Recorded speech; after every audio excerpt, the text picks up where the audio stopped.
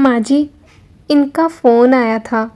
कंचन बुआ अपने बहू और बेटे के साथ हमारे यहाँ रहने आ रही हैं। अरे मोरी मैया, ऊ कंचनिया आ रही है, ऊपर से अपने बहू और बेटे को भी ला रही है। हमारे घर की क्या हालत है, सब पता है इनकी उस नकचड़िया बहनिया को।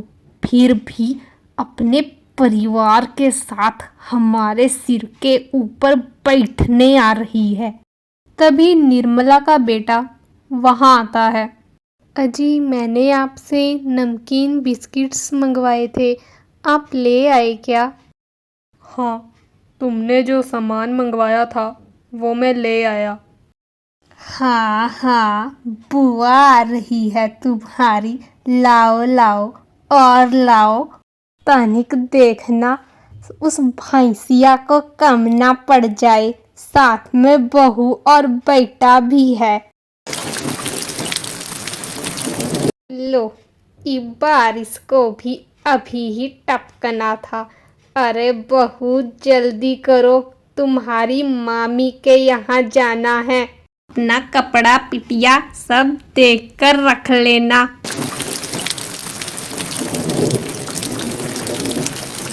हेलो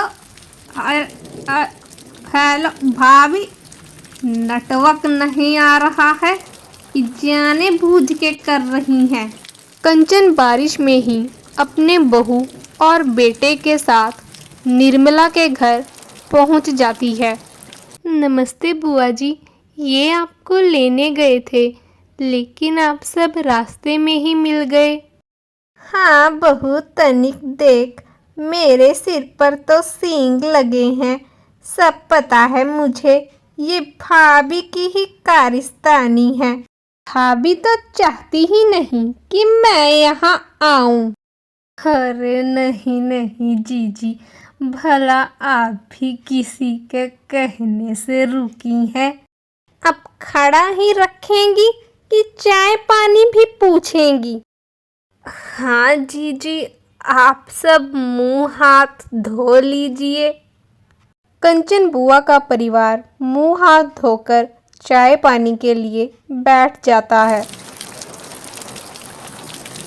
अरे भाभी, बाहर बारिश का इतना अच्छा मौसम हो रहा है और आप ये चाय पकोड़ा ले आई। मेहमान हैं हम, ज़रा खातिरदारी तो कीजिए। मेरा तो छोले पूरी खाने का बहुत दिल कर रहा है। भटूरे अगर होते तो मज़ा ही आ जाता। जी, मैं इनसे बात कर देखती हूँ।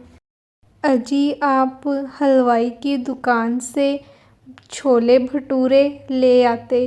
अब मेहमान हैं, पहला ही दिन है, कुछ कह भी नहीं सकते। सौरभ बेटा, तेरे भाई का छोले भटूरे खाने का बहुत मन कर रहा है, तनिक ले आ जाकर दुकान से। सौरभ अपने दोस्त से पैसे उधार मांगकर छोले भटूरे लाता है। ऐसे ही कई दिन बीत जाते हैं। कंचन बुआ और उसके परिवार की फरमाइशें बढ़ती ही जाती हैं। अरे मामी जी, भाभी क्या कमाल का खाना बनाती हैं। मेरी पत्नी के हाथ में तो वो बात बिल्कुल भी नहीं है। आज मेरा मन मटर पनीर के साथ आलू बैंगन का भरता खाने का कर रहा है। भाभी को कह दीजिए कि बना देंगी। सच में भाभी के हाथ में तो जादू है। भाभी से कह दीजिएगा साथ में मूंग दाल का हलवा भी बना देंगी। हाँ हाँ, तुम्हारे बाप ने होटल खोल रखा है और मेरी बहू उसमें बावर्ची है। ये आप क्या कह रही हैं मामी जी? माँ मजाक कर रही है। जी, मुझे पता है, मामी जी तो बहुत स्वीट हैं। हाँ हाँ, अभी तुम्हारा स्वीटू पटूटू निकालूंगी। उर्वशी, ज़रा मेरे साथ बर्तन धुलवा दो, फिर हम दोनों मिलकर खाना बना लेंगे। अरे बहू, इसे कुछ नहीं आता, तुम ये सब काम खुद ही कर लो, खामखा तुम्हारा ये तो काम बढ़ा देगी। सौरभ मेहमानों की खातिरदारी के लिए पैसे मांगकर कर्जाई हो चुका था। हेलो, अरे यार भाई, तूने जो मुझसे पैसे मांगे थे अब दे दे यार, मेरे यहाँ भी मेहमान आए हुए हैं और इनकी फरमाइशें पूरी करने के चक्कर में मेरी तो जेब ही खाली पड़ी है। तू जितना जल्दी हो सके बस मेरे पैसे दे दे यार। दिवांशु, भाई यार, अभी तो पैसे नहीं है मेरे पास। पैसे नहीं है क्या मतलब? अब जब मुझे ज़रूरत पड़ी है तो तू ऐसा बोल रहा है। मुझे कुछ नहीं पता, मैं तेरे घर पैसे लेने आ रहा हूँ। हेलो भाई सुन, हेलो। सौरभ पैसों की कर्जे वाली बात अपनी माँ, बहन और पत्नी से कहता है। भैया, मैं आज हॉस्टल से आई, रास्ते में सोच रही थी सब घर वालों के साथ खुशी खुशी समय व्यतीत करूंगी, लेकिन आप सबकी खुशियां तो ये मेहमानों ने हजम कर रखी है और आप भी इन मेहमानों की खातिरदारी के लिए कर्जाई हो गए। अरे रिश्तेदारों का क्या है, इनका जितना भी कर लो ये फिर भी बुराई ही करेंगे। अगर आप रिश्तेदारों को खुश करने में ही लगे रहेंगे तो बस अपना घर तो आप भूल ही जाइए। जी, बिल्कुल सही बात कह रही हैं। अब तू देख मैं तेरी बुआ का कैसे असली रंग दिखाती हूँ। तू उस कर्जदार को फ़ोन कर कर घर तो बुला ज़रा। सौरभ अपने दोस्त को फ़ोन कर कर घर बुलाता है। सौरभ, जो तुमने मुझसे पैसे लिए थे अब मेरे पैसे सारे वापिस करो। अरे सागर बेटा, तनिक अपने बड़े भाई को ज़रा पैसे उधार दे दो, तुम्हारे पैसे वो जल्दी ही लौटा देगा।